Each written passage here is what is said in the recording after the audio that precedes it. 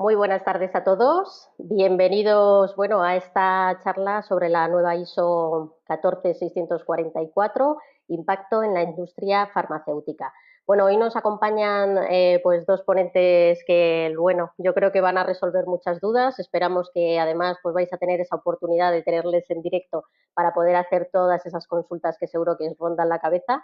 Y por eso pues tenemos hoy dos empresas también participantes, Qualifarma y Valtria. Y antes de nada, daros la bienvenida, agradeceros de verdad vuestra asistencia. Sabemos que hoy es un día especialmente mucho calor en muchos sitios, pero hay mucha gente hoy en la sesión, así que sí que os vamos a pedir luego, pues por el tema de las preguntas y demás, pues vamos a ir seleccionando también un poco esas que a lo mejor, pues si hay alguna que se repita, pues vamos a ir ahí haciendo ahí un poco de selección, ¿vale? Pues bienvenidos a todos, vamos a comenzar y antes de nada, más que nada por si, sois nuevos en esta plataforma, pues vais a ver que cuando habéis entrado en la parte derecha os ha aparecido una columna de color gris y en esa columna vais a poder pues retirar ese panel, más que nada porque así vais a poder ver la presentación de los ponentes a pantalla completa. Podéis pulsar directamente en esa flecha de color blanco y así se retirará. Y luego también por si la ventana de GoToWebinar, que es esta plataforma que utilizamos nosotros para emitir en directo, pues veis que a lo mejor pues no se ha abierto lo grande que es vuestro monitor, pues directamente podéis pulsar en ese cuadradito de color azul y así pues se hará todo lo grande que es vuestro monitor. También para el tema de las preguntas vamos a utilizar este botón de la mano levantada y así directamente pues vais a poder luego en el turno de preguntas vamos abriendo esos micrófonos porque claro, sois muchos en la sesión y no queremos que haya mucho ruido, entonces por eso todos los que entráis con el micrófono silenciado. Si podéis, vamos a hacer una pruebecilla, a ver si habéis entendido esto de la mano y si probamos un poquito, a ver si me comentáis si se escucha bien. Sí, perfecto, gracias, Xavier, perfecto. Muy bien, Javier, tengo a Xavier y a Javier, así que perfecto, Daniel, perfecto, muy bien por aquí, Fernando, Luis, Yanei, María también, Rocío, Israel, Nabil, Juan, bueno, estupendo, hay un montón de gente. Ya nos diréis luego también desde dónde os estáis conectando y así hacemos un poco de recopilación también de si estáis pasando mucho calor en todos esos sitios desde donde estáis. Perfecto, muchísimas gracias ahí por comentarme. Además de eso, pues podéis poner la cámara del ponente como vosotros prefiráis. A la izquierda de vuestras pantallas, en esa opción que pone visor de GoToWebinar, podéis pulsar en cámaras web y ahí se desplegará este menú. Si queréis, pues directamente ponerlo en la parte superior, izquierda, parte inferior, derecha, aquí ya cada uno como vosotros prefiráis. Y luego también, pues nada, comentar que de la presentación a la cámara del ponente hay una línea divisoria que podéis pulsar con el ratón y sin soltar vais a poder hacer más grande o más pequeña esa parte que vosotros pues queráis ver a mayor tamaño. Pues vamos a comenzar. Hoy además que tenemos esta temática que os interesa mucho, más que nada por la gran cantidad de asistentes que sois.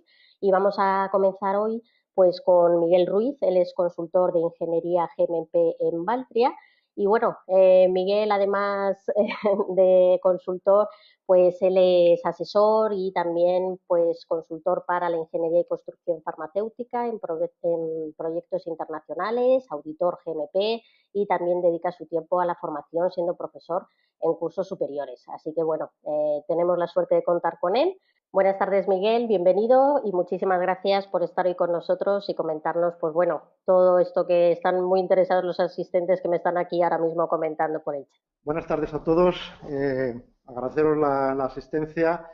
Vamos a intentar que sea lo más provechoso posible. También muchas gracias aquí por los medios que nos están prestando para temas tan importantes como estos y tan modernos que nos permiten llegar mucho más fácil, relacionarnos mucho más con gente y solventar dudas que antes llevaban muchísimo más tiempo y muchísimo más trámite.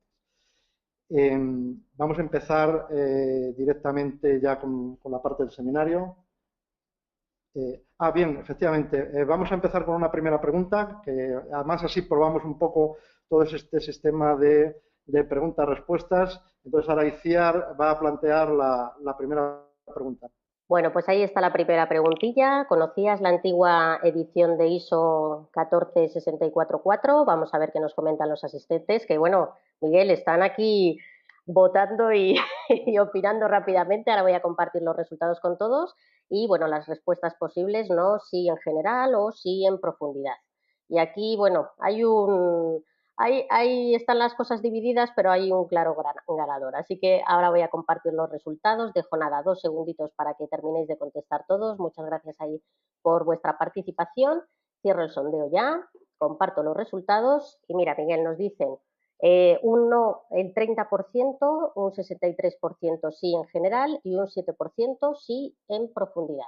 Así que esos son un poco los datos de nuestros asistentes. Muy bien, perfecto. Pues esto también nos ayuda un poco a centrar, a centrar más el tema.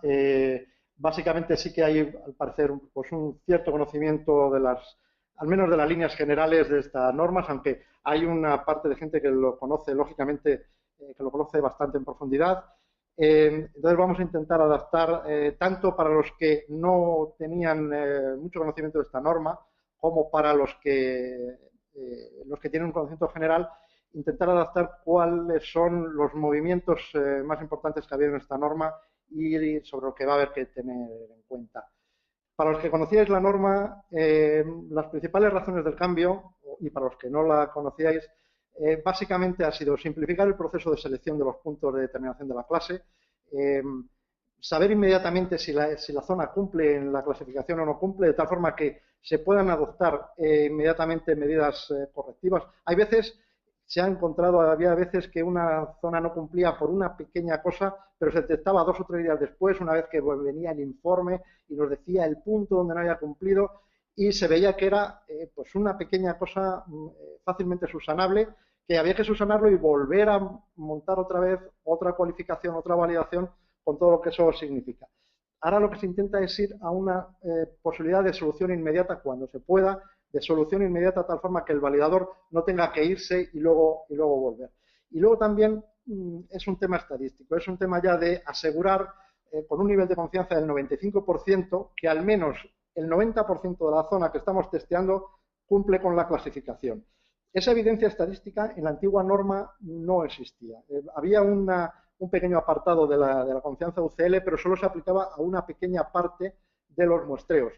En general, otra parte de los muestreos no tenía un nivel de confianza estadístico tan amplio y tan razonado. Básicamente esas fueron las razones por las que se ha evolucionado esta norma.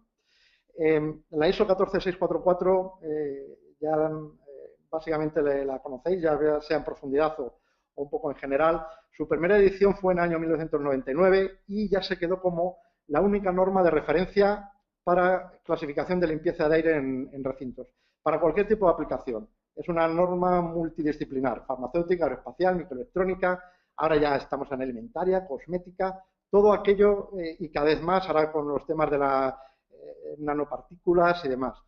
Esta norma tomó el relevo de la muy conocida y venerable Federal Standard 209, que había sido el referente indiscutible, había sido la madre de todas las normas desde el año 1963, que salió la primera edición, la 209, hasta el año 2001, en que ya fue derogada la última edición, ya correspondía a la 209M, y fue gloriosamente derogada en el 2001, después de varias décadas de ser referente indiscutible. Básicamente todas las normas que han venido detrás, y ISO 14644 no es menos, están todas referenciadas a Federal Standard. Todo el camino que abrió Federal Standard ha sido seguido por el resto de normas. Este cambio surgió hace ya bastante tiempo. Ya en el año 2010, el Comité Técnico, el 209 de la ISO, que es el que se encarga de esta parte, ya propuso una revisión, porque ya se dijo, bueno, pues ya llevamos 10 años de aplicación de esta norma, ya hay un background como para saber, bueno, qué se puede mejorar, qué cosas no están bien en la norma. Y entonces, en el año 2010, pues se abrió, se redactó un borrador, un draft ISO, y se mandó a diferentes industrias, diferentes sectores, con diferentes necesidades y criterios, los farmacéuticos, microelectrónicos, aeroespaciales, otros que había por ahí. La discusión fue tan grande que hubo que generar un segundo borrador, algo que es algo inaudito, que una ISO genere 2 borradores consecutivos, y se han prolongado las discusiones durante 5 años, que eran 3 años más de lo inicial. Finalmente, en 2015, pero 2015, finales de 2015, un poco más si se promulga en 2016, pues finalmente en diciembre se promulgó ya la nueva edición de la ISO 14644, la parte 1 y la parte 2. La parte 1 es la que vamos a ver ahora, la parte 2 es la que nos explicará Jorge posteriormente. Los grandes cambios, básicamente hay grandes cambios en esta norma y luego pequeños cambios que los vamos a comentar. Algunos tienen su interés y otros casi a mero título anecdótico. Grandes cambios, hay 3 grandes cambios. Uno, los nuevos límites de aceptación. Cambian, no mucho, ya veréis que no cambia mucho, pero sí hay una variación, que es lo que más costó, una de las cosas que más costó que se aceptaran, los nuevos límites de aceptación. Otro cambio importante es la determinación y la posición de las localizaciones, cuántas localizaciones y cómo se posicionan esas localizaciones.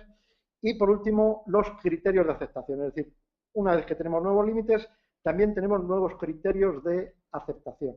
Esos son los 3 grandes cambios y yo creo que los 3 cambios que nos afectan. No son realmente cambios, más bien son evoluciones de la norma anterior. Luego hay otra serie de pequeños cambios que veremos a mi título anecdótico, pues desde el título, que cambia hasta el título, las clasificaciones intermedias, que no se utilizaban mucho, los descriptores U y M, que no se utilizaban mucho, pero que ya veremos que ahora, a partir de ahora, el M se va a empezar a utilizar bastante, y algunos detalles sobre situación de los puntos de medida y algunas cosas más.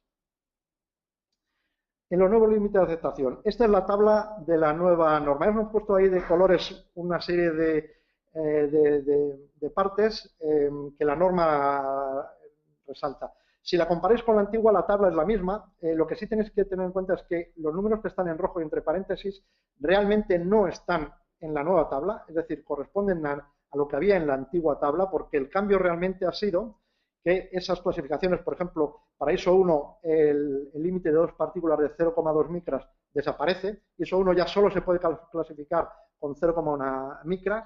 Por ejemplo, para ISO 3 el límite de 8 partículas de 1 micra desaparece. Para ISO 3 ya 1 micra no es tamaño de referencia. Y el cambio más importante y el que ha sido uno de los culpables de los 5 años de retraso de esta norma. Desaparecen las 5 micras de la ISO 5. ISO 5 ya no se categoriza con el tamaño 5 micras.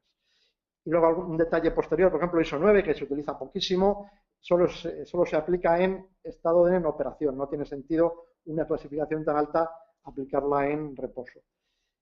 Aquí vemos ahora mismo en esta misma tabla un poco la interpretación de los colores. Lo que veis ahí en un color rosa pálido son contajes que se suprimen por el bajo número de partículas. Es decir, en ISO 1 el número de partículas de 0,5 micras o de 1 micra es que si ya con 0,1 micras tiene que ser 10, de 0,5 micras ya se supone que no es que no sea 0, es que no tiene sentido contar ahí esas partículas. Se justifica ya por unos temas estadísticos y de muestreo. Es decir, al final, que sabéis cómo funciona un contador de partículas, hay una serie, para pequeños contajes, hay una serie de pequeñas cosas, de pequeños ruidos electrónicos, falsas señales y demás, que pueden hacer saltar una partícula donde no había.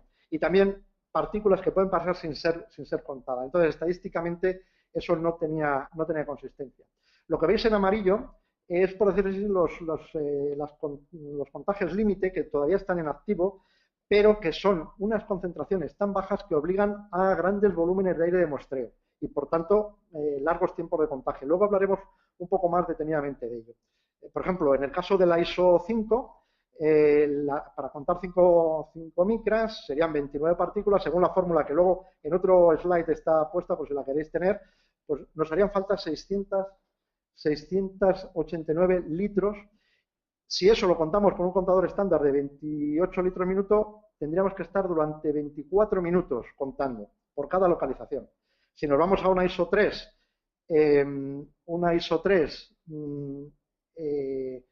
para una micra, por ejemplo, pues ya estaríamos hablando de 2.500 litros de aire que hay que contar. Estaríamos hablando de 89 minutos. Entonces ya veremos que hay unos sistemas, el sistema secuencial, que ya los que conocéis bien la norma, ya el sistema secuencial existía anteriormente, lo explicaremos un poco en detalle. Luego, el caso contrario son el que está en gris, que no es aplicable por el alto número de partículas. Es decir, en un ISO 7 ya se supone que las partículas de 0,5 micras, 0,2 micras, será un nivel tan alto que ya la precisión del contador ya no nos llega. O sea, si queremos contar niveles de 200 partículas, 2.000 partículas, 3.000 partículas, no tiene sentido empezar a contar millones de partículas con el mismo contador. Y luego, la casilla en verde, que es el punto crítico, que es 5 micras ISO 5, es un tamaño que se ha considerado inadecuado y luego veremos que la solución de compromiso es utilizar un descriptor, el descriptor M, junto con otro tamaño de partícula. El tamaño de 5 micras no se empieza a considerar hasta ISO 6. A partir de ISO 6, ISO 6, 7, 8, 9 ya se puede considerar 5 micras. Hasta entonces, desde ISO 1 hasta ISO 5, el tamaño de 5 micras se considera inadecuado, tanto por el tamaño, porque ya es una partícula grande, ya se considera prácticamente macropartícula, como por la pequeña cantidad de partículas que se espera tener. Bien, la partícula de 5 micras, ¿qué es lo que ha dado? Y de lo que vamos a hablar aquí bastante, vamos a hablar unos minutos, pero los técnicos han estado hablando de los 5 micras durante los 5 años. ¿Cuáles son los argumentos para suprimir las partículas de 5 micras? Lo que os había dicho antes, básicamente limitaciones estadísticas de muestreo por la consistencia de las medidas. Que las 5 micras ya te obligan a bajas concentraciones, es decir, ya se supone que están midiendo pocas partículas y eso obliga a grandes volúmenes de muestreo y largos tiempos de contagio. Con lo cual, la simplificación que quiere la norma, uno de los argumentos de la norma era simplificar y facilitar la clasificación, pues un poco va en contra de esto. También que las partículas mayores de una micra, ya no solo 5 micras, a partir de una micra en bajas concentraciones, pueden tener problemas en los tubings que van desde la sonda isocinética hasta el contador, se pueden perder, se pueden quedar retenidos o pueden tanto parcialmente como totalmente retenidos y por tanto son partículas que no estamos contando. Y un argumento que había que era en la venerable Federal Standard 209 no se consideraba el tamaño 5 micras para la clase 100. Si vais a algún museo donde esté la Federal Standard y veis la tabla, en el tamaño 5 micras para clase 100 habla de no aplicable. Sin embargo, los argumentos para la inclusión, básicamente la industria farmacéutica y biotecnológica. El resto de industrias se querían quitar las 5 micras como fuera, pero en farmacia y biotecnología han estado luchando por la categorización de 5 micras. Primero porque se considera un tamaño fundamental para la clasificación. El anexo 1 de las GMP, pero no solamente eso, las PICS, la Organización Mundial de la Salud en su anexo 6 de estériles, algunas GMPs, por ejemplo la GMP china, que prácticamente todos estos vienen siguiendo anexo 1 GMP, mencionan expresamente 5 micras como tamaño para los grados A y B. Explícitamente está mencionado, y además la forma de categorizar A y B es con tamaño 5 micras y 0,5 micras. Básicamente, ¿por qué? Porque primero ese tamaño representa una alarma temprana ante problemas de contaminación. Cuando empieza a haber problemas es cuando empiezan a saltar partículas de 5 micras. También es cierto que los microorganismos en general son tamaños inferiores a una micra, pero la práctica es que esos microorganismos tienden o a agruparse en parejas o cadenas o en clúster o agrupados con partículas mayores y se van a tamaños mayores, iguales o mayores a 5 micras. Es decir, prácticamente un microorganismo de 0,5 micras no anda suelto por el ambiente. Al final acaba fijándose o a otro microorganismo o a una partícula inerte y nos da tamaños superiores a 5 micras. Ese es el argumento por el cual se quería mantener el tamaño de 5 micras. Bien, ¿cuál ha sido la solución de compromiso? Bueno, pues después de 5 años de discusiones, el contagio de 5 micras desaparece de ISO 5.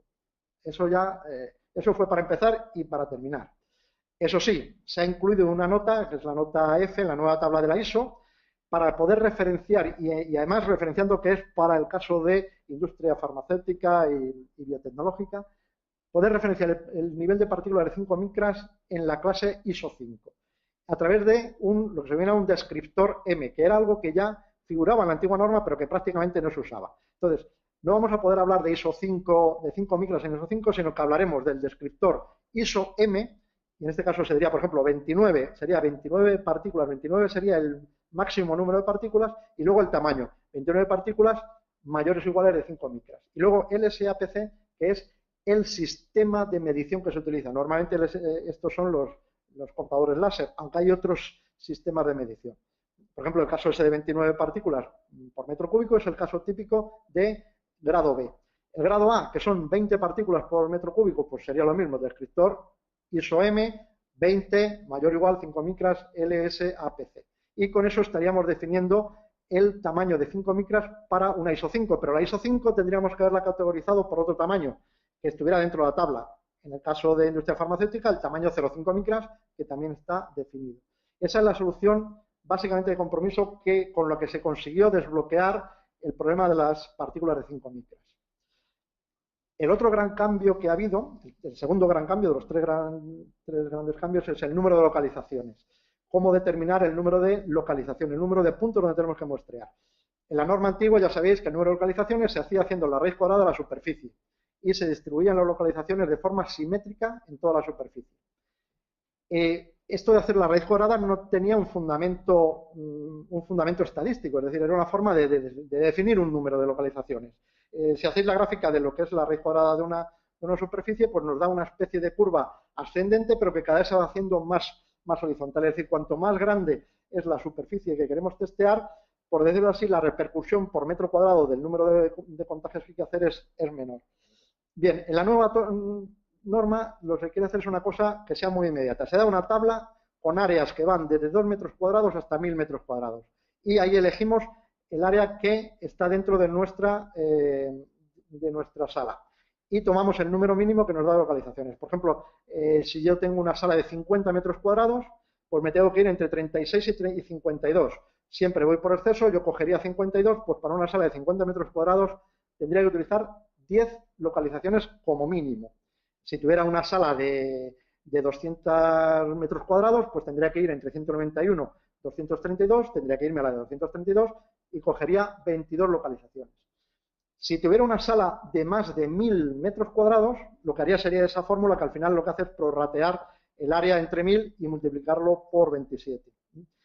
¿Y cómo distribuimos las localizaciones? Pues la distribución de localizaciones es que dividimos la superficie de nuestra sala en partes iguales, tantas partes iguales como número de localizaciones nos han salido. Y en cada una de esas partes elegimos el punto más representativo. Estrictamente eso es lo que dice la norma. Luego veremos un ejercicio de aplicación.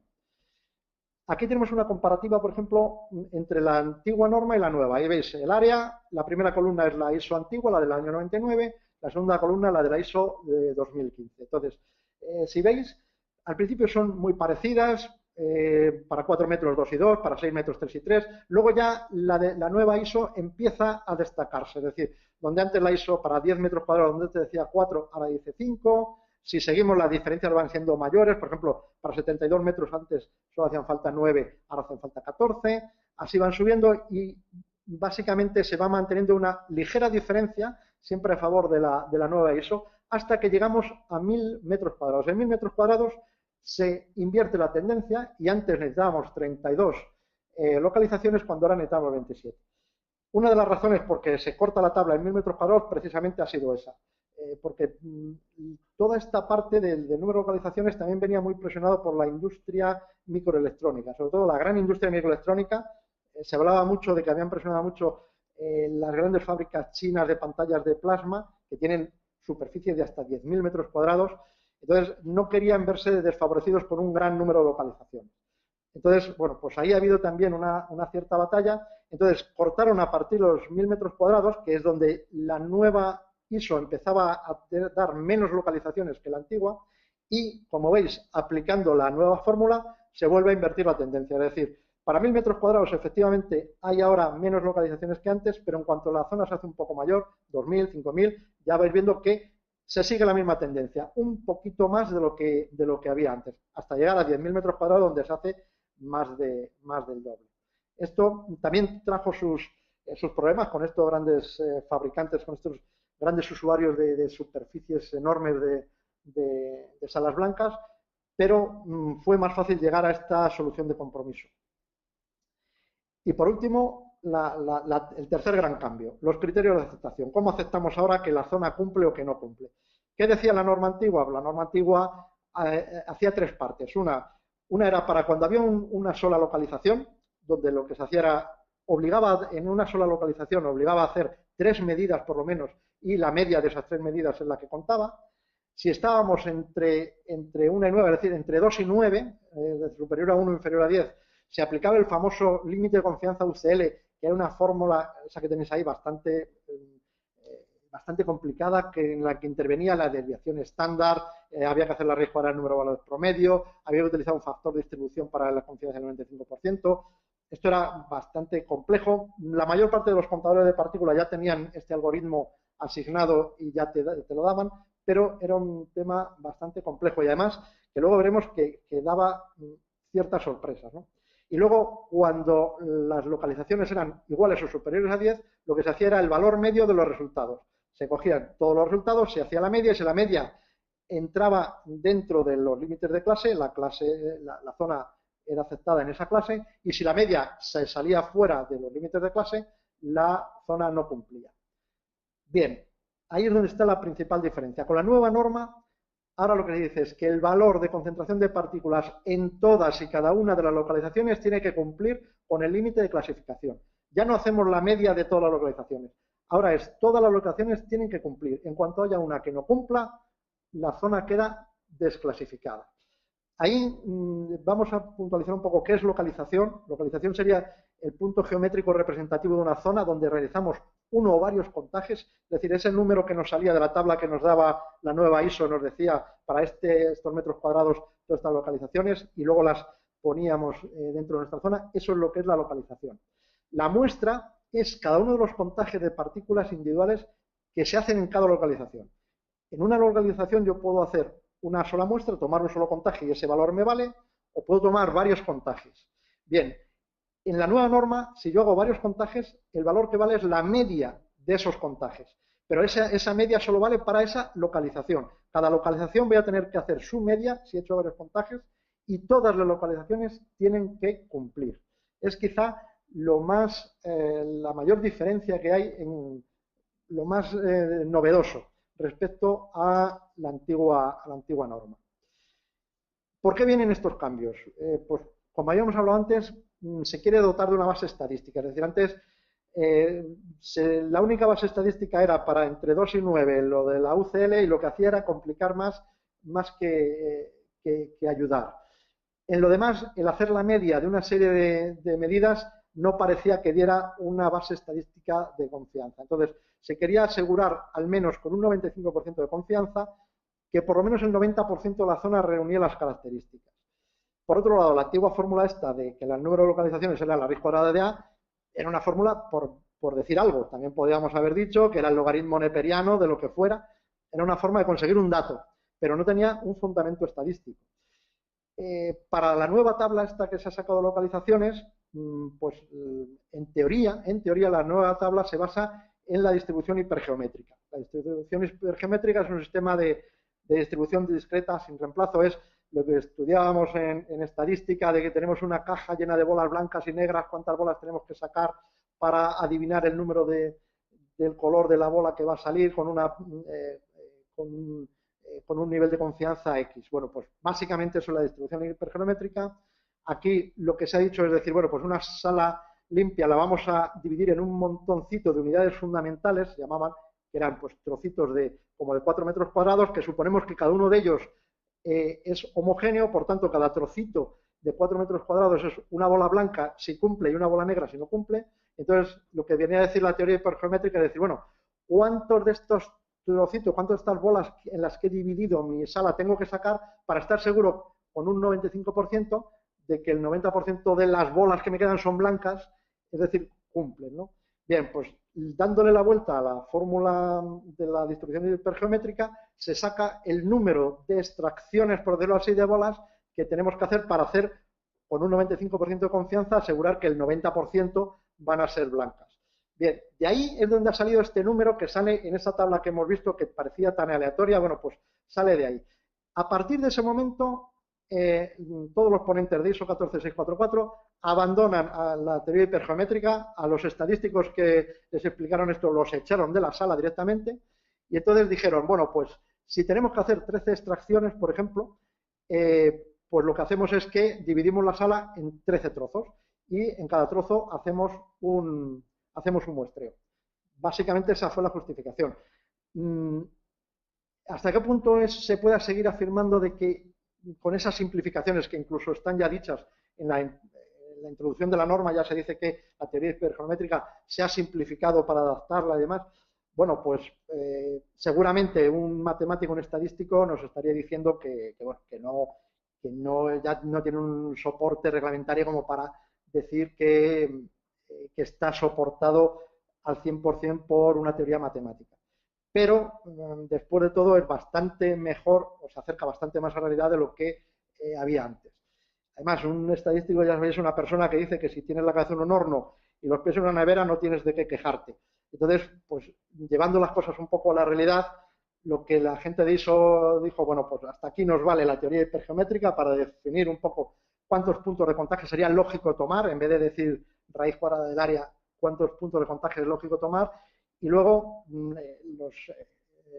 los teóricos estadísticos decían que los puntos debían de ser elegidos de forma aleatoria y tal. Eso era enfollonar más la norma, y entonces ya se dejó claro que, bueno, se elegía ese número de puntos, eso se soportaba por la distribución hipergeométrica y a partir de ahí hacíamos las mediciones. Eso en cuanto a los grandes cambios. Ahora, luego veremos unos ejemplos donde vamos a explicar un poco más este alcance. Pequeños cambios. El primero, por ejemplo, en el título. Antes se llamaba clasificación de la limpieza de aire. Ahora se llama clasificación de la limpieza de aire por concentración de partículas. Eso básicamente ha salido pues porque luego ya, hace tiempo ya salió la parte 8 de la misma norma ISA, que es clasificación por la concentración, la contaminación molecular. Entonces, esto no tiene mucha importancia, salvo que una de las cosas que dice que en el reporte que se haga de clasificación de una sala debe hacerse mención exacta a la norma ISO 14644 con su título completo. Es decir, en los reportes que hagamos para certificar una sala tendrá que venir clasificación de limpieza de aire por concentración de partículas según ISO 14644-1-2015. Básicamente es ese detalle. Otro pequeño detalle, no tan pequeño, pero bueno, son las clasificaciones intermedias. Clasificaciones que la verdad que no se han usado mucho, pero si los que conocéis la norma ISO en profundidad sabéis que la ISO te permite clasificar una ISO 4.8, una ISO 5.6, de acuerdo a esta fórmula que viene ahí en ISO y te dice el número de partículas, por ejemplo, de 0,5 micras que corresponderían a una ISO 4.8. Por ejemplo, los que conozcáis bien el anexo 1 de estériles de GMP, sabéis que grado A lo define como ISO 4.8. Ahora mismo ya no se va a poder decir ISO 4.8 porque ahora la nueva norma ha cortado y solo considera válidas las clasificaciones intermedias con decimal 0,5, es decir, 4.5, 5.5, 6.5. Entre otras cosas porque decía que afinar tanto en esos decimales metidos en una fórmula como esta no parecía muy consistente. Esta fórmula también, dándole la vuelta, se puede utilizar si en algún caso algún usuario quiere clasificar o saber qué nivel de partículas de tamaños intermedios, por ejemplo, de 2 micras o de 3 micras que no figuran en la tabla. En la tabla el tamaño de 2 micras no figura, el tamaño de 3 micras no figura, pues metiéndolo aquí, el tamaño de micras sería lo que la D que aparece en la fórmula, la D sería el tamaño en micras, por ejemplo, 3 micras sería 0,1 partido por 3. La N sería la clasificación, por ejemplo, yo quiero saber en ISO 5 cuántas partículas de 3 micras, pues yo diría el número de partículas de 3 micras para ISO 5 sería 10 elevado a 5, N sería el 5 de ISO 5, por 0,1 partido por D, que es el tamaño que serían los 3 micras, y elevado al 2,08. Esto, gracias a Dios, que con un Excel ya se puede hacer. Esta fórmula es la misma que venía en la antigua Federal estándar. Lo único que Federal estándar en vez de 2,08 era 2,2. Pero básicamente el razonamiento y demás era exactamente el mismo. Bien, otro cambio es los descriptores. Se habían hablado de los descriptores U y M, el descriptor U para micropartículas. Ese ya desaparece porque va a haber una nueva norma específica de ISO solo para micropartículas. Todo el tema de la nanotecnología y demás está ganando tal importancia que van a tener una norma básicamente para ellos solos. Y luego está el descriptor M para macropartículas. Este descriptor M se ha abierto un nuevo anexo, el anexo C, y se ha particularizado muchísimo, pero además con ejemplos exactos para el caso de las 5 micras en ISO 5 y además se dice expresamente aplicada a las necesidades de la industria farmacéutica. Y dan para medir pues, el límite de 20 partículas, el límite de 29 partículas. Otro tema es la situación de los puntos de medida. Antes se repartían de forma simétrica por toda la superficie. Ahora, pues hay que dividir, como hemos dicho antes, la zona en tantas partes y se elige un punto que sea representativo. Ahora veremos un ejemplo rápidamente. La sonda de la toma de muestra, pues hay que situarla en dirección al flujo de aire, si estamos en un flujo laminar, o en caso de flujo turbulento, tiene que estar mirando hacia arriba. Y un tema interesante que no se decía nada en la antigua norma y ahora aparece aquí casi a lo último, parece, si la lees un poco deprisa se te salta, dice, los puntos de muestreo en zona de flujo turbulento no deben situarse bajo entradas de aire sin difusor. Por ejemplo, si veis la foto de la izquierda, hay el típico difusor de aire de chapa perforada de un filtro EPA y la sonda isocinética está justo debajo. Bien, pues eso que antes se podía hacer, ahora la nueva norma te dice que no estarías haciendo una buena localización si lo pusieras en un sitio tan favorable como ese. En el método de operación, ¿cómo determinamos el punto de medida? Ya lo hemos visto antes, por ejemplo, ahí tenemos una sala, nos metemos en la tabla, en esa tabla que hemos visto antes, imaginemos nos da 8 puntos, dividimos la sala en 8 partes iguales, como lo veis ahí, y entonces elegimos la posición en cada una de esas partes donde ponemos la sonda. Por ejemplo, el número 1 está claro que no debería ir debajo del filtro, podemos decir que bueno, la zona de la puerta sería la zona más desfavorable, por tanto, pues lo ponemos ahí en la zona de la puerta. En la número 3, por ejemplo, no tiene nada, pues lo normal es que el punto más representativo sería el punto central. Y así iríamos eligiendo los puntos de todo. El punto número 8, por ejemplo, pues no podemos ponerlo debajo del filtro. Si lo ponemos en otras zonas estaríamos más cerca de otras. Quizá la esquina aparece la zona más representativa. Bien, pues esa es un poco la forma de elegir y la forma de hacer la elección. ¿Cómo tratamos los datos? Si tenemos una sola muestra por localización, pues todas las localizaciones tienen que estar dentro de la clasificación.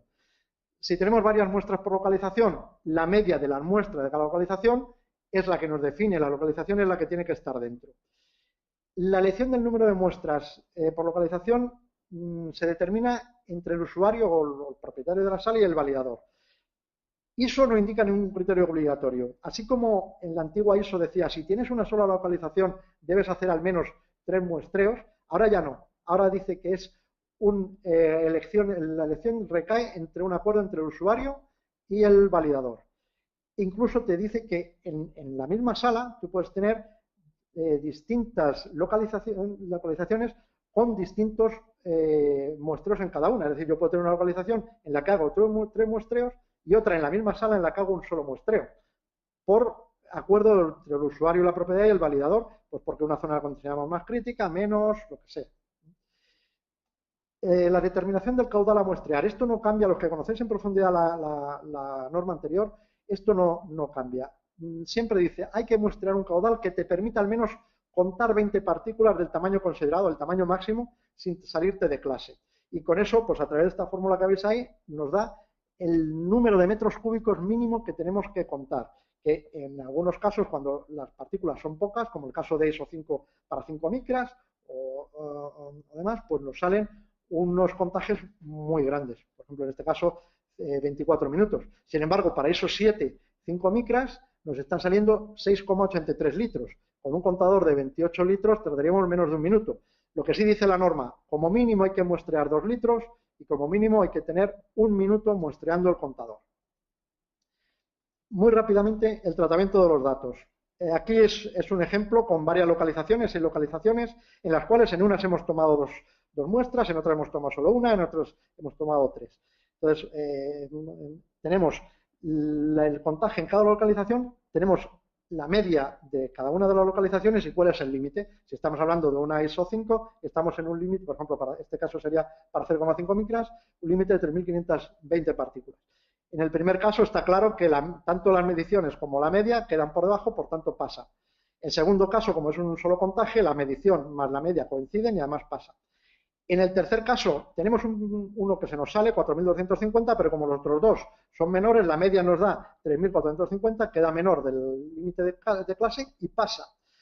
El cuarto caso nos da un contaje superior, pero la media no pasa, 3.688, la media no pasa y por tanto el contaje no pasa. Ese punto no pasa y por tanto esta sala no pasa. Y fijaros que tenemos una localización que es la primera de la localización 3, que todavía da más partículas, pero esa pasa. Y es básicamente porque la media de las otras dos ha hecho que baje.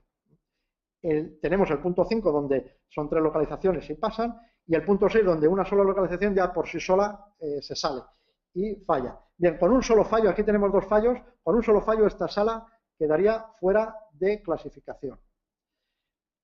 Muy rápidamente el sistema secuencial, para los que lo conocéis en profundidad, seguramente lo conoceréis, los que no, este sistema estaba en la antigua norma y sigue en la actual.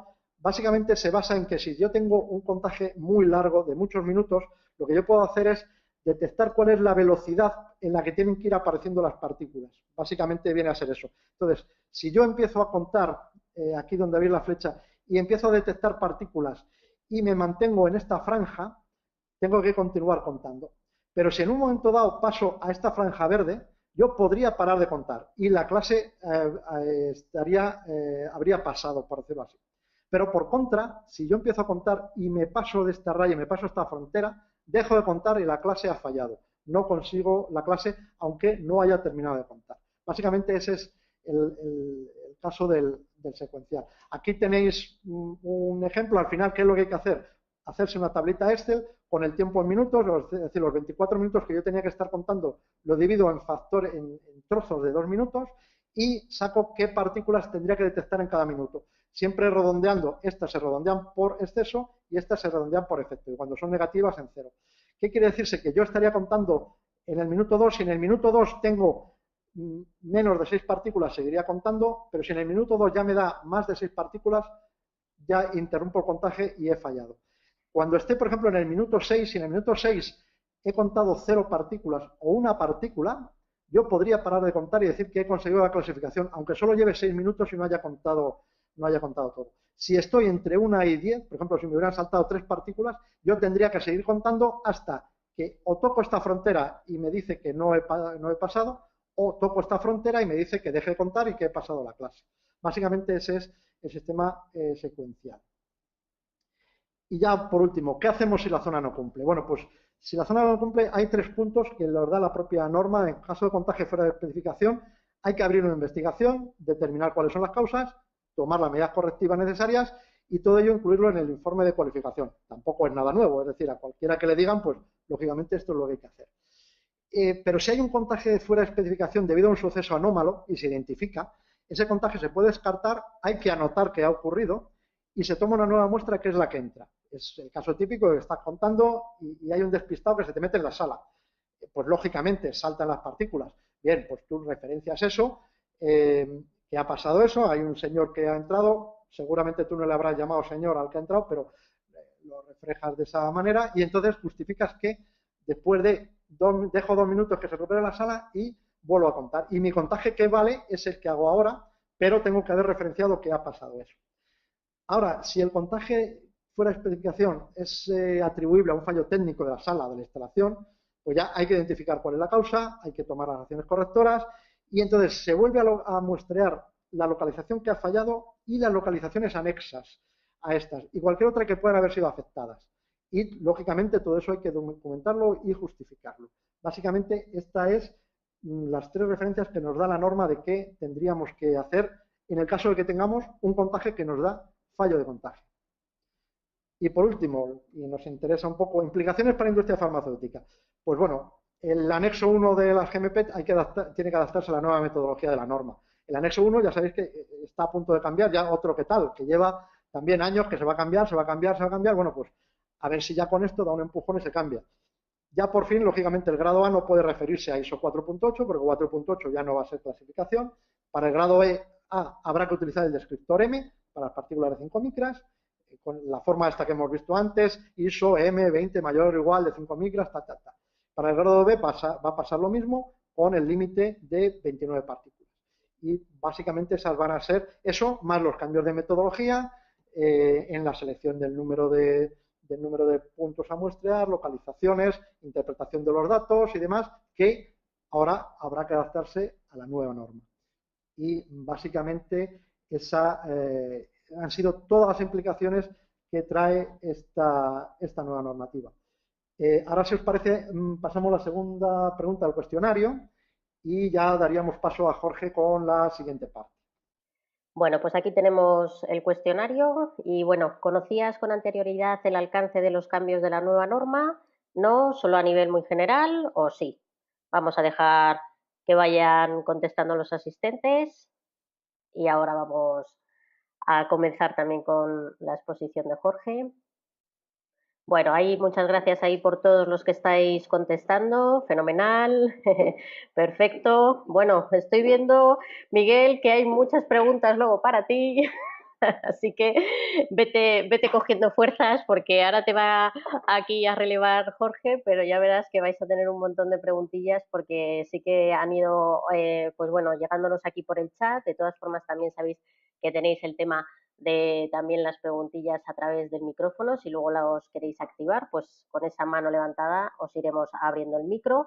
Ahí están contestando. Voy a compartir las preguntas para todos, ¿vale? Sobre todo los resultados para que luego lo tengamos en cuenta. Y luego, como va a haber un turno de preguntas, pues ya ahí les vais a poder contestar tanto Jorge como Miguel. Bueno, pues ahí muchísimas gracias a todos por ahí haber compartido vuestras opiniones. Y mirar, aquí tenemos casi un empate. Mira, un 45% que no, un 43% solo a nivel general y un 12% que sí. Así que bueno, esos son los resultados. Vamos a dejarlo ahí un momentito. Y bueno, él es Jorge Frutos, es director de calidad de Qualifarma. Y bueno, él actualmente, como decíamos, pues es director de calidad de Qualifarma y ha desarrollado toda su carrera profesional en el mundo de la consultoría, centrada en el sector farmacéutico, con más de 15 años de experiencia en distintos puestos de calidad y producción. Es especialista en las distintas aplicaciones de las normas GMP, ISO 14644, FDA, GDP, etcétera. Y bueno, tiene muchas cosas que contarnos, así que no le voy a robar más tiempo y ahora mismo pues le vais a tener aquí y le vais a poder hacer luego también todas esas preguntillas que seguro que tenéis ahí en mente, ¿vale? Bueno, pues comenzamos. Hola, buenas tardes. Bueno, damos las gracias a Miguel por por lo que nos ha contado de la parte 1 de la 14.644. La verdad es que ha sido muy interesante y vamos a pasar a la parte 2, que sobre todo nos cuenta los temas de monitorización y la diferencia que hay entre la norma del 99 y la norma que salió a la vez que la parte 1 de la 14.644. Bueno, como principal introducción y para contar la razón de la parte 2 de la 14.644, la norma sobre todo lo que pretende es enfatizar en la necesidad y en la estrategia de un control en nuestra sala limpia, aparte de las cualificaciones que se hacen iniciales en una sala limpia o periódica que se hace cada X tiempo según nuestro sistema de calidad o sobre todo según las propias normativas en las que nos basamos. Lo importante de un control siempre es el que nos van a dar un flujo de información continuo de cómo se comporta nuestra instalación y nos van a dar información de cómo funciona nuestra instalación en cuanto a la limpieza de la misma. ¿Qué cambios hay principales de la parte 2 desde la norma del 2000 hasta la del 2015? Bueno, pues la norma realmente antes nos hablaba sobre el cumplimiento en continuo, lo que nos marcaba sobre todo son los periodos de recualificación para la clasificación de nuestra sala.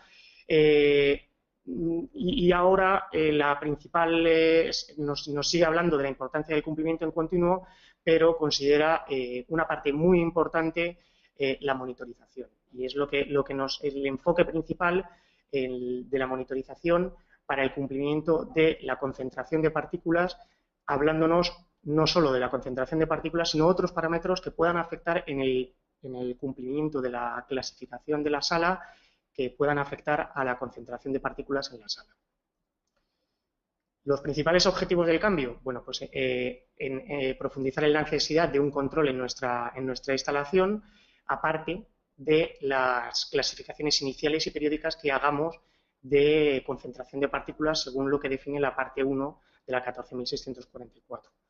Y nos interesa mucho demostrar que a través de todos los datos que podamos sacar de nuestro sistema de control podamos controlar y dominar cómo se comporta nuestra instalación, lo cual nos aporta mucha información, no solo para saber cómo está nuestra sala, sino para saber cómo se comporta la sala durante nuestros procesos productivos. ¿Por qué? Pues porque, lógicamente, no es lo mismo que nuestra sala esté limpia y sepamos que está limpia cuando hacemos la clasificación de la sala, tanto inicial como periódicamente, sino saber que de repente se nos estropea un bifle de un filtro, deja de entrar aire en parte de la sala y entonces se nos contamina parte de la instalación y no nos enteramos, a no ser que estemos con algún tipo de control en nuestra instalación. Y lo que nos define también esta norma es cuáles son los pasos a seguir para poder establecer un sistema de control, un plan de control de nuestra instalación. ¿Beneficios de un sistema de monitorización? Bueno, pues yo decido en mi instalación montar un sistema de monitorización que me va a permitir controlar el funcionamiento de mi instalación. Muchos de vosotros tendréis a lo mejor sistemas de control, sistemas de monitorización, a lo mejor en vuestro proceso, pero a lo mejor no valoráis la necesidad de tenerlo para vuestra instalación de aire limpio. O a lo mejor lo tenéis para el funcionamiento de arranque, paro del propio sistema, pero no lo habéis valorado para controlar las presiones o para controlar la clasificación de las salas. Bueno, pues nos sirve un sistema de control para tener una respuesta muy rápida de cualquier fallo que tengamos de nuestra instalación. Nos falla lo que he dicho antes de un filtro que se suelta el bifle, pues entonces me va a afectar totalmente a la presión de la sala. Me voy a enterar justo en el momento en el que se suelte porque las presiones van a dejar de cumplir, porque si estoy monitorizando la concentración de partículas dejará de cumplir o aumentará el nivel de partículas y tendré un nivel que me hará estar un poquito atento dependiendo de las alarmas que tenga implantadas. Estableceremos las tendencias de mi sistema y veremos cómo mi sistema va a ir evolucionando según vaya haciendo cambios. Yo cambio los prefiltros del climatizador y desde el momento que los cambio a lo mejor van a ir mejor las presiones, tengo menos consumo de energía, tendré distintas condiciones que irán evolucionando y irán cambiando según vaya evolucionando ese sistema de climatización. Podré integrar distintos parámetros de medida, podré medir las concentraciones de partículas, pero también podré medir las presiones, podré controlar también la temperatura de mi instalación, distintos parámetros que me pueden ser útiles para el proceso o me pueden ser útiles para consumos energéticos también de mi instalación. Aumento del conocimiento de mi instalación en estos casos y que me permitirá disminuir fallos en mi proceso productivo, lo cual me provocará también una disminución de costes porque puedo tener menos pérdidas de producto, menos costes productivos. ¿Qué es lo que tenemos que hacer para hacer un plan de monitorización? El plan de monitorización sería lo primero que tendríamos que hacer para poder decidir que quiero monitorizar mi instalación. Lo primero que tendremos que hacer es analizar mi instalación, hacer un análisis de riesgo que me permita identificar cuáles son las causas de posibles contaminaciones que tenga en mi instalación. Tendremos que redactar ese plan de monitorización, a posteriori revisarlo según vayamos haciéndolo y vayamos ejecutándolo y luego, por último, aprobarlo. Aplicar el plan de monitorización. Una vez ya tenemos más o menos hecho el análisis de riesgos, más o menos establecido mi plan de monitorización, lo tendremos que poner en funcionamiento y a partir de ahí, de yo poner en marcha mi monitorización, evaluar cuáles son las cosas que me fallan en el plan de monitorización para al final terminar cerrando el plan de monitorización como realmente nos interesa. Y luego, por último, una vez ya tengamos establecido el plan de monitorización, lógicamente tendremos que marcar unos plazos para revisar ese plan de monitorización. No es perpetuo un plan de monitorización y además tendrá que ir revisándose también según se vayan haciendo posibles cambios que puedan afectar a la instalación en la instalación. El análisis de riesgos es lo primero que tendríamos que hacer. ¿Qué es un análisis de riesgos? En un análisis de riesgos tendremos que, como bien lo dice, evaluar los riesgos que me puedan afectar a la contaminación, si queremos evaluar, que es el objetivo principal, la concentración de partículas. Lo primero que tendremos que evaluar es cuál es el nivel de limpieza que buscamos en la sala. No es lo mismo una sala con una clasificación grado B, grado A, una que nos dedicamos a fabricar inyectables, que una que nos dedicamos a algo pues mucho menos limpio, como es a lo mejor acondicionar o fabricar otras cosas que no requieren el nivel de limpieza. Bueno, ¿qué tenemos que buscar en el análisis de riesgos? Pues para hacer el plan de monitorización haremos el análisis de riesgos y determinaremos los factores que nos afectan para conseguir la concentración de partículas que tenemos fijada en nuestra instalación. Y para eso tendremos que definir los requerimientos que queremos controlar en mi instalación. Podemos centrarnos exclusivamente en concentración de partículas o podemos centrarnos en otros parámetros que nos van a afectar a la concentración de partículas, como son presiones, como son caudales, que son los principales que suelen afectar a la concentración de partículas. No es lo mismo tener una sobrepresión respecto a la sala de al lado que en la cual tenemos una barrera que nos hace que no entren partículas, pero si esa presión se me va o disminuye el caudal, pues tendremos que tener unos controles que nos lo pueden permitir, o solamente la concentración de partículas. Cuestiones importantes en el plan. Pues lo primero, lo que hemos hablado, definir los parámetros a monitorizar, métodos de medida. Sí que es importante que no siempre tenemos que tener los métodos de medida, no tienen por qué ser todos automatizados. Yo puedo tener una monitorización que yo decido que todas las mañanas apunto las presiones, o tengo a alguien que cada hora va a apuntar la presión de las salas que me interesan. Lo normal ahora, con la tecnología que tenemos, sería el establecer un sistema de monitorización que me va registrando todos los datos, pero también existe la posibilidad de hacerlo de forma manual. Las características de los instrumentos de medidas es muy importante, y las precisiones de los mismos, cada cuánto tiempo voy a estar tomando medidas. También es muy importante, por ejemplo, para la concentración de partículas, elegir el sitio correcto donde necesito yo medir la concentración de partículas. En lo que hemos hablado antes de un llenado aséptico, pues no es lo mismo colocarlo al lado de donde se hace el llenado que hacerlo en otra posición. Y lo importante es dónde me interesa a mí medir la concentración de partículas, y sí que es importante el definirlo en mi plan de monitorización y definirlo en las 3 dimensiones. Tengo que definir cuáles son mis criterios de aceptación. Yo tengo una sala grado B, pues tendré que establecer mis límites, son los establecidos para una clasificación grado B, y estableceré unos límites de alerta y acción dependiendo de los límites a los que quiero llegar. Lógicamente, una sala, en este caso que comentaba, grado B, pues cuando yo hago la clasificación en reposo, cuando no hay nadie en la instalación, me van a dar unos límites muy bajos, que son los que da la instalación. En cambio, cuando empieza la sala a funcionar, pues tendré unos límites más altos. Esos son los límites que tendremos que establecer, porque yo voy a establecer estos límites, lógicamente, cuando estoy trabajando. Pues voy a tener la maquinaria funcionando, el personal trabajando.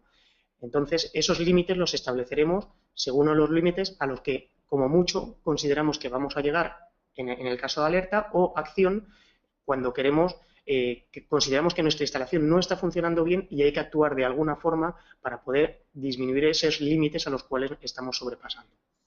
Tendremos que establecer la frecuencia de los muestreos, y una parte muy importante y que ahora además están exigiendo mucho es el tema de los datos, el registro de los datos y la integridad de los mismos. Tendremos que saber cómo vamos a registrar esos datos, dónde se van a guardar y que no se puedan, lógicamente, mover ni cambiar. Y cómo vamos a querer que esos datos luego también se evalúen. El análisis estadístico y luego las tendencias que vamos a ir viendo, pues a lo mejor en un día no vamos a evaluarlo, pero vamos a ver cómo nos han dado esos datos durante los últimos 3 meses. Vamos a ver cómo ha evolucionado mis presiones, la concentración de partículas, porque a lo mejor veo que según se cambian unos prefiltros en un climatizador da muy bien el aire, pero a lo mejor a los 3 meses sigue dando muy bien, pero ha aumentado en X partículas la concentración, y a lo mejor hay que plantearse plazos más cortos o más largos de cambios de intervenciones de mantenimiento. Creo que teníamos una pregunta ahora. Sí, eso es. Jorge, vamos a hacer una preguntilla. Mira, si te parece con lo que estabas comentando antes del el monitorizado, perdón, y demás, vamos a hacerle la preguntilla de ¿tienes algún parámetro monitorizado? A todos los asistentes, así también que nos hagan esta respuesta y ahora también continuamos con la que viene un poquito en relación a esta última diapositiva que nos estabas comentando. Bueno, ahí rápidamente están votando. Aquí hay un claro ganador, te lo tengo que ir diciendo ya. Y bueno, sí que ahora ha bajado un poquito la puntuación, pero bueno, sí hay un claro ganador. Así que mira, voy a cerrar el sondeo, lo voy a compartir con todos los asistentes. Y bueno, un 79% sí, un 25% no. Y vamos a pasar ahora mismo el otro sondeíto que me comentabas ahora. ¿Has conseguido mejorar tus procesos o reducir costes gracias a monitorizar parámetros? Una opción, he mejorado procesos, he reducido costes. Otra opción, los dos o ninguno. Vamos a dejar ahí rápidamente a la gente que vote, que bueno, te tengo que decir que los asistentes son muy rápidos, aquí con las votaciones, rápidamente nos están ahí contestando. Ahora mismo vamos a compartir los resultados y ya continuamos. Vale, pues vamos allá. Y ahí no os quiero cortar del todo, voy a dejar nada, unos segunditos porque la gente sigue votando. Y bueno, cerramos aquí ya el sondeo, compartimos los resultados. Un 34% he mejorado los procesos, perdón, un 4% he reducido costes. Aquí no hemos ahorrado mucho. Y un 32% los dos, un 30% ninguno. Así que ahí voy a ocultar un momentito los resultados. Voy a volver un momentito aquí a darte audio, Jorge, y continuamos. Gracias. El tema de que la mayor parte de vosotros, lógicamente, tengáis algún parámetro monitorizado es significativo. La tecnología lo permite y yo creo que es importante para saber cómo se encuentran nuestras instalaciones. Otra cosa ya es saber qué parámetros tenemos todos monitorizados o cuáles son los que más os interesa o más significativos son para vosotros. La otra pregunta, la otra encuesta, la verdad es que, bueno, tampoco me sorprende, pero bueno, seguimos para adelante. El tema de la calibración, es importante el considerar en un sistema de monitorización que la instrumentación tiene que estar calibrada. Lógicamente, el parámetro que le interesa más a la 14.644, sobre todo la parte 1 y la parte 2, es la de los contadores de partículas, sin quitar importancia a las presiones, caudales, etcétera. Pero, lógicamente, los contadores de partículas son muy críticos para esta norma. Es muy importante y lo recalca mucho, yo creo que la parte 1 también habla de ello y la parte 2, que los contadores de partículas deben calibrarse según lo descrito en la norma 21501, la parte 4, que se editó en el 2007. Sí que es importante que todos los fabricantes de contadores de partículas, desde el 2007 sacaron contadores que cumplieran esta normativa, pero lógicamente los contadores anteriores a estas fechas, creo que es importante que lo tengáis todos en cuenta, no todos cumplían con esta norma o cumplen con esta norma. Con lo cual hay que tener en cuenta que a partir de ahora los contadores que sean anteriores a esta fecha no tienen por qué cumplirlo, algunos lo cumplirán, otros no, pero que a lo mejor tendréis que valorar el sustituir estos equipos. Periodicidad de la clasificación de las salas. Igual que la norma del 99 definía unos tiempos muy claros y unos periodos para las distintas pruebas que se hacen en las instalaciones, pruebas que venían definidas y vienen definidas en la parte 3, como integridad de filtros, el cortaje de partículas, presiones, temperatura, recuperación, etcétera. Ahora ha unificado todo la norma a que las pruebas se deben de realizar de forma anual. Pero sí que es cierto que ese periodo de tiempo se puede ampliar en función de que nosotros hayamos establecido un plan de monitorización y hayamos establecido un análisis con nuestro análisis de riesgos podamos ampliar ese plazo. Pero sí que es cierto que yo puedo ampliar mi plazo, pero en cuanto en algún momento mi monitorización a lo largo de un periodo de tiempo no me cumple, tendría que volver a hacer esa recualificación anual o volver a demostrar que mi instalación cumple con los requisitos marcados. Consideraciones importantes. Es muy importante en un sistema de monitorización conocer tanto nuestra instalación, nuestra sala limpia, como conocer nuestro proceso. En el conocimiento de nuestra instalación tendremos que conocer cuáles son las posibles causas de contaminación de nuestra instalación. Porque eso nos facilita el conocer nuestra instalación, dónde están distribuidos los filtros, dónde están los retornos de la sala, cómo tenemos nuestra instalación y cómo funciona nuestra instalación a lo largo del tiempo. Tendremos en una instalación, sobre todo si es una zona estéril, una zona que no puede pararse, pues funcionarán en continuo igual, pero hay otras instalaciones que tienen funcionamiento normal o de ahorro. Disminuimos la fuerza de los climatizadores y el sistema de control, lógicamente, va a ver cómo funcionan la instalación en los distintos momentos de la instalación. Tendremos distintos comportamientos según estemos haciendo tengamos la instalación y el contaje de partículas, de concentración de partículas, en reposo o en funcionamiento. Se comportará nuestra instalación de distinta forma. También funcionará de distinta forma dependiendo de la cantidad de gente. Tendremos que tener muy bien definido si podemos la cantidad de personal que debe de estar trabajando en nuestra instalación. Y, lógicamente, nuestra instalación veremos cómo varía en función de cambios de turno, de distintos momentos a lo largo de una propia jornada. En cuanto al proceso, pues sería algo similar. Yo tengo el conocimiento de cómo se comporta mi proceso en función del personal que trabaja en el proceso. Lógicamente, todos deberían de trabajar de la misma forma, pero no todos somos iguales. Somos personas, no somos máquinas. Unos trabajan pues en una zona estéril, hay que trabajar a unos movimientos muy lentos, pues unos harán que salten más partículas, menos partículas. Son cosas que pasan, pero todas están controladas con nuestro sistema de control y nos vemos afectados con eso. También los propios equipos. Tenemos equipos que están funcionando, que tienen un movimiento en los llenados, en los procesos productivos.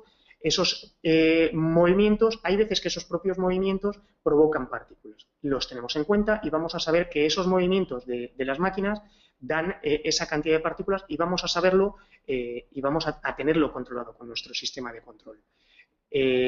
También es importante cómo se hacen las medidas, cada cuánto se hacen y en los propios equipos los movimientos de nuestras máquinas y el propio proceso productivo puede generar partículas.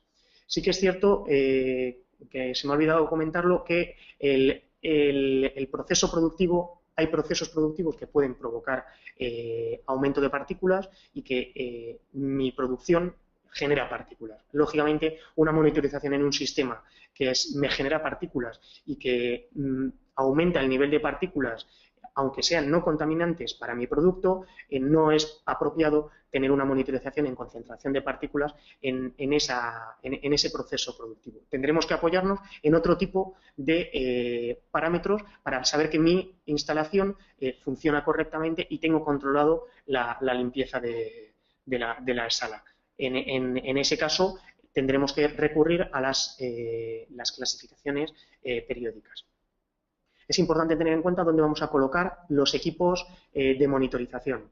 Tienen que colocarse en un sitio, en un lugar en el que los mantenimientos, las calibraciones sean accesibles para no afectar a lo mejor a la producción, al proceso productivo.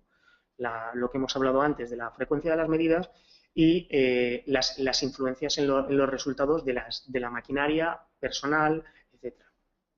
Y esto sería todo. Muy bien, Jorge, pues muchísimas gracias. Y ahora lo que vamos a hacer un momentito es, bueno, vamos también a incorporar a Miguel un momentito para, sobre todo, pues por el tema de que podamos ir respondiendo a las preguntas. Bueno, la primera pregunta es si hay cambios sobre las partículas de 5 micras, que esta es una de las preguntillas que han ido apareciendo cuando estaba Miguel comentando. Cambiar es cómo vamos a nombrar. Ya no vamos a decir que es una ISO 5, pero vamos a tener que seguir viniendo esas partículas. Ahora vamos a decir que es un descriptor M 20 mayor o igual 5 micras, pero el proceso va a ser igual. Y lo único que también el proceso de medir esas 5 micras va a ser como dice la nueva norma, es decir, tendremos que sacar los puntos de muestreo de esa tabla que nos da hipergeométrica y tendremos que, si tomamos varias medidas del mismo punto, tomar la muestra y, por supuesto, si una de las localizaciones se nos sale y nos salen más partículas de 5 micras, toda nuestra zona se queda fuera, porque ya no se puede hacer como antes, donde se hacía la media y si una localización se salía, pero otras cuantas no se salían, la media se quedaba dentro y nuestra sala daba como que cumplía esa grado B o grado A. Ahora mismo ya como una de las localizaciones de la sala nos dé por encima de las 20 micras, de las 20 partículas de 5 micras o de las 29, toda nuestra zona quedará fuera de clasificación. Muy bien. Otra preguntilla por aquí de Mari Carmen. Cuando hablas de localizaciones te refieres a puntos de tomas de muestra, ¿verdad?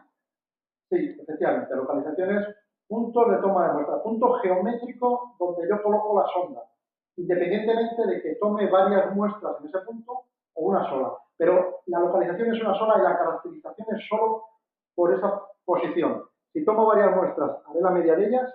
Si tomo una sola muestra, la medición será la que hemos dicho. Muy bien. Nos pregunta por aquí Kevin. Dice, no entiendo bien eso de que desaparezca la partícula de 5 micras, pero que haya un descriptor M. En el sector farmacéutico, para cualificar grado A y B, ¿hace falta registrar dichas partículas? Muchas gracias. Sí, efectivamente. Tenemos que ponernos en la situación de que esta norma va dedicada a todas las posibles aplicaciones, no solamente a farmacia, a la microelectrónica. A la microelectrónica, las 5 micras es que le da un poco más o menos que igual. En el espacial les pasa lo mismo. Entonces, lo que dice la norma es que para clasificar una zona como ISO 5, no puedo utilizar 5 micras. Tengo que utilizar otro tamaño de partícula que esté dentro de la tabla. Por ejemplo, 0,5 micras o 0,1 micras o 0,3 micras, pero que esté dentro del tamaño de la tabla. Para clasificar como ISO 5. Pero es que en farmacia no clasificamos como ISO 5. Clasificamos grado A, grado B, grado C. Otra cosa es que la norma farmacéutica, el anexo 1, nos diga, para hacer estas clasificaciones nos basaremos en la norma ISO. Bien, y será la metodología, pero al final, si estamos trabajando en farmacia, tendremos que contar las partículas de 5 micras como las contábamos hasta ahora, con las particularidades de la norma. Lo único es que no podremos decir que nuestra zona es ISO 5 solamente por el contaje de partículas de 5 micras. Nuestra zona será ISO 5 porque como también hay que contar partículas de 0,5 micras y 0,5 micras ya sí que tiene tamaño límite en ISO 5, ya sí podremos decir que un grado A es un ISO 5 para partículas de 0,5 micras y además con el descriptor M de 20 para mayor o igual de 5 micras. Esa sería la realidad de cómo estaba. Es decir, seguimos contando lo mismo que contábamos antes, lo llamamos de otra forma. Muy bien, muchas gracias, Miguel. Tenemos otra preguntilla por aquí. Y el muestreo para flujo laminar sería el largo de la sala por la diagonal del flujo. No entendí bien la norma. No, en un flujo laminar, la norma además dice en un flujo laminar porque en un flujo laminar podríamos tener un flujo laminar horizontal. En un flujo laminar es la sección perpendicular a la dirección del aire. Normalmente el flujo laminar es vertical, por tanto, la sección que consideramos es el área de flujo laminar. Entonces tenemos que considerar cuántos metros cuadrados de flujo laminar tenemos y en función de los metros cuadrados entramos en la tabla que nos da la nueva norma y vemos cuáles son los puntos que le aplican. Si tuviéramos un flujo laminar horizontal, lo que mediríamos es la superficie de flujo horizontal y sobre esa superficie aplicamos también el muestreo de la misma tabla.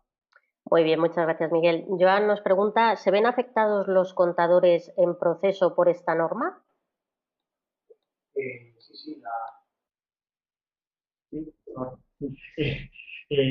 se ven afectados todos los contadores, los lo que utilizamos las empresas de cualificaciones y los que están en continuo. Y, lógicamente, todos se calibran según la misma norma, todos se ven afectados de la norma de 21.501, la parte 4. Lo normal es que todos los que han salido fabricados después de 2007 cumplan esta norma. Hay algunos anteriores que pueden cumplir las 3 o 4 especificaciones que vienen definidas en esta norma, por lo cual sí que pueden cumplir, pero otros, lógicamente, se tendrán que dar de baja y no se podrán seguir utilizando. También hay un tema importante aquí que no hemos hablado de él. En las partículas de 5 micras, que sí las tenemos que contar, y nuestros contagios en continuo, si estamos en industria farmacéutica, tenemos que estar detectando 5 micras, la norma se dice, y además en el apartado macropartículas, que habría que tener mucho cuidado con la longitud de tubing por donde van esas partículas. Se remite al fabricante, a la recomendación del fabricante, pero aún así dice que la longitud del tubo desde la muestra hasta el contador debería ser inferior a 1 metro. Por lo cual, todos aquellos sistemas antiguos de tipo secuencial, con manifold y demás, posiblemente no están en condiciones de contar partículas de 5 micras con el descriptor M, bla, bla, bla, como dice la nueva norma, no están en condiciones de cumplir la nueva norma actual para asegurar que le está contando correctamente las partículas. Solo se permite 1 metro de longitud y el diámetro del diámetro de la obra permite el fabricante. Efectivamente. Esto solamente para lo que se considera macropartículas, es decir, partículas por encima de 1 micra.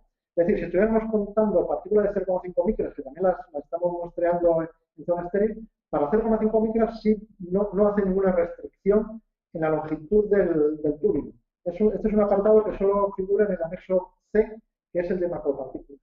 Muy bien, mira, nos pregunta por aquí Israel, mientras no se adapte el anexo 1 GMP, ¿debe aplicarse ISO nueva o debemos continuar con la antigua? La normativa, las GMPs marcaban y definían claramente que la metodología a aplicar es la 14.644, parte 1, no me suena que dijera que es la del 2000, sino que directamente del 99, 2000, sino que directamente remitía a la 14.644, parte 1. Al cambiar la metodología hay que adaptarse a la norma, a la metodología de trabajo. Los criterios de aceptación seguirán siendo los mismos que marcan las GMPs. Muy bien, mira, nos preguntan por aquí también, ¿es indispensable subcontratar la validación / cualificación de la sala limpia o se puede autovalidar por el QP GMP? Podéis realizar las recualificaciones sin ningún problema en las instalaciones. En principio, ¿más mejor? No hay ningún problema. Hay muchos laboratorios que se hacen las recualificaciones internamente. Es igual que las calibraciones, puedes tener tus equipos, patrones, y te haces tú las calibraciones de tu instrumentación sin ningún problema. Lo normal es que o tienes unas instalaciones muy grandes en las cuales te sea rentable el disponer de los equipos, o si no, lo normal es subcontratar. Pero ahí ya nadie te obliga a que tengas que subcontratarlo. Muy bien, vamos aquí con otra preguntilla de Aitor. En el supuesto de varias muestras por localización, ¿sería correcto ejecutar un racional de, por ejemplo, 6 muestreos, descartando el primero y promediando los 5 últimos? En principio la norma no dice nada de descartes. Es decir, así como en la antigua se había una posibilidad de descartar, sobre todo cuando se aplicaba el coeficiente UCL, y había un momento que un buen resultado lo que hacía al final era echar por tierra el resto de resultados, ahora en la nueva norma no habla para nada de descartar. Es decir, cualquier medida que se tome tiene que entrar en la media, salvo que se descarte porque se considere una medición anómala. Normalmente consideras que es anómalo si te ha salido mal, lo que habíamos dicho antes de alguien despistado que entra a ver una puerta y te sube el contagio y demás. Pero lo que viene a decir la norma es que tú puedes acordar el número de muestras, de muestreos que haces en cada localización, pero todos los muestreos que hagas tienen que entrar en la media. No puedes descartar ni el del principio ni el del final. Muy bien, nos pregunta aquí Sonia, ¿la clase A que era 4,8 se tendrá que valorar como 4,5? No, porque de hecho, fijaros que la clase A antes ni siquiera era 4,8. Si cogéis la ecuación esa que hay ahí que hay en la presentación y metéis todos los datos para tal, resulta que para clase ISO 4,8 son 18 partículas de 5 micras, no las 20 que dice la norma. Y es más, no hay forma de conseguir una clase ISO que dé 20. Es decir, la única que da me parece que es la ISO 4.84. Pero 4.84 no puede ser tampoco. Entonces, ahora no se hablará, ahora seguramente la nueva norma de estériles dirá que será una ISO 5 con el descriptor M de 20 partículas mayores o iguales de 5 micras. Y seguramente se borrará, bueno, seguramente no, se tendrá que borrar 4,8 porque 4,8 ya no es recogido, ya no se considera clase por la ISO. Y 4.5 debe dar como unas 15 partículas de 5 micras, salvo que ahora el estéril les diga, hombre, pues vamos a apretar un poco más los tornillos en las zonas estériles y vamos a pedir 15 partículas en vez de 20, salvo que lleguen con esa idea, esperemos que no podrán referenciar 4.5. Yo entiendo que van a hacer ISO 5 con el descriptor M. Muy bien, mira, voy a hacer ya la última pregunta. Yo sé que quedan aquí muchas preguntillas, lo que pasa que nos hemos ido un poco de tiempo y yo entiendo que también la gente ha reservado ahí su horita. Y bueno, como tenemos todas las preguntas aquí guardaditas en el chat, pues lo que vamos a hacer es que os vamos a hacer así un paquete regalo tanto a Miguel como a Jorge y bueno, les mandamos vuestras preguntas porque también, pues bueno, así si necesitan contestaros directamente por correo electrónico, lo van a poder hacer, ¿vale? Contestaremos a todas las preguntas y luego lo que haremos es un poco de las más frecuentes, o más significativas, como vamos a colgar la presentación, se os va a mandar de una forma o de otra, haremos una especie de FAQ de estos que ahora están tan de moda, donde reuniremos un poco todas esas preguntas para que estén ahí. Independientemente de eso, vamos a intentar contestaros personalizado a cada uno la pregunta que hayáis hecho. Fenomenal, pues voy a acabar con esta de Iván. Dice, ¿el número de localizaciones en muestreo rutinario debe ser el mismo que el número de localizaciones de la cualificación periódica? No tiene por qué. Lo que tenemos que hacer es, con nuestro análisis de riesgos, evaluar cuáles son nuestros puntos críticos en los cuales consideramos que podemos tener mayor contaminación o se nos puede contaminar más nuestro producto, nuestro sistema productivo, nuestro proceso. Evaluaremos los puntos en los que consideramos más importante medir la concentración de partículas y ahí pondremos nuestros puntos a muestrear. Muy bien, muchas gracias Jorge ahí por la respuesta. Y bueno, si os parece ya vamos a ir concluyendo por lo que decíamos, nos hemos pasado un poquito de tiempo porque bueno, yo veo a la gente aquí muy interesada por el chat, se animan y no vamos a poder responder a todas esas preguntillas, así que como Miguel os ha comentado, pues os irán respondiendo. Así que si os parece Miguel, Jorge, muchísimas gracias por vuestra participación, por contar todo esto tan interesante a los asistentes y si os parece os dejo unos minutillos a cada uno para despediros y yo ya continúo y cierro la sesión. Bueno, pues muchísimas gracias. Espero que el tema haya sido lo suficientemente importante y lo hayamos sabido expresar y transmitir la información lo mejor posible. Lo que ha dicho Miguel, os contestaremos a todas las preguntas que podáis hayáis transmitido o incluso que podáis transmitirnos a Miguel o a mí a través de nuestras empresas. Yo básicamente lo mismo, muchísimas gracias por asistir y sobre todo gracias al equipo técnico que nos ha ayudado en algo tan complejo es esto para nosotros y esperamos pues volver a vernos porque este mundo en el que vivimos, sobre todo farmacéutico y demás, es súper dinámico, hay que estar al día de todo, a nosotros nos viene bien como entrenamiento el tener que preocuparnos de preparar estas cosas y nos viene bien, bueno, pues saber que vais a estar ahí detrás de la cámara preguntando, interesados por estos temas y asistiendo. Muchas gracias a todos. Muchas gracias. Muchas gracias a vosotros. Bueno, tengo un montón aquí de comentarios por el chat. Bruno José, muchas gracias. Carlos, también muchas gracias. Joana, muchas gracias, muy interesante, claro y útil. Así que estupendo. Por aquí Jordi también muchas gracias. Muy buen nivel de los ponentes. Así que estupendo. Felipe, muchas gracias. Luis, muchas gracias. Susana, muchas gracias. Muy interesante y completo. Muy instructivo, nos dice Luis. Alicia, muchas gracias a los dos por vuestro instructivo seminario, nos dice Alicia. Y por aquí, Sira, muchas gracias por el curso, muy interesante y además con exclamaciones, así que a Sira le ha encantado. Muchas gracias, ha estado genial, nos dice Francisco. David, muchas gracias. Christopher nos dice, bueno, el tema de, ¿sería posible hacer un curso de esta norma en línea con expedición de certificados? Yo os los dejo caer esa, esa opción, así que pensároslo bien. Y por aquí, Joel, gracias desde México, que nos está viendo desde México y escuchando. Estupendo. Juan, gracias por el seminario, muy interesante. Sergio, muchas gracias. Aida, muchas gracias. Alberto, Juan, Yacid, muchísimas gracias.